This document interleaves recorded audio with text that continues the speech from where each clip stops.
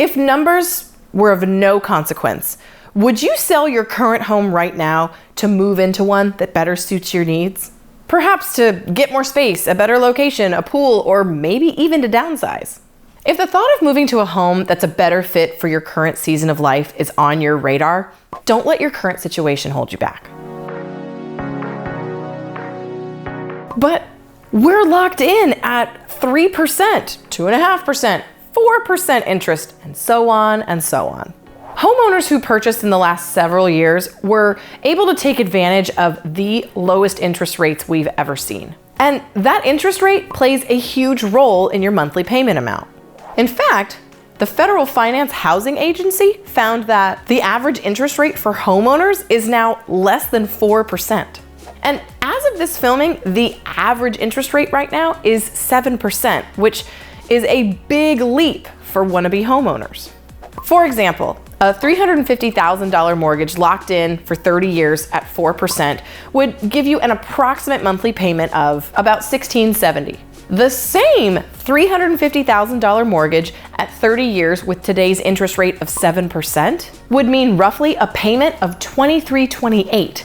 That's a $658 difference per month.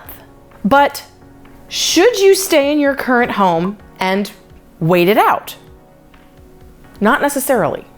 The reluctance to take on a higher mortgage rate for a different property is super common right now, and a lot of homeowners are feeling the squeeze. This is actually referred to as the mortgage rate lockdown effect. But if you're hoping to sell one property to buy another, does it make sense to wait until your future asset is more expensive? Because when rates drop, buyers flood the market and houses become way more expensive. Do you want to be a dog in that fight on a house that gets 10 or 12 offers?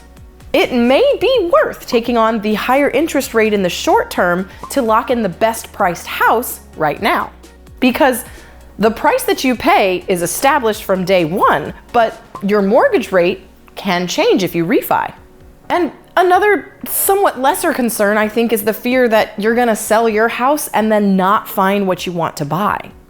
Low inventory without a lot of options is great when you're a seller because it creates demand for your property. But when you flip and become a buyer, does that shrink your pool of options and make it hard to find what you want?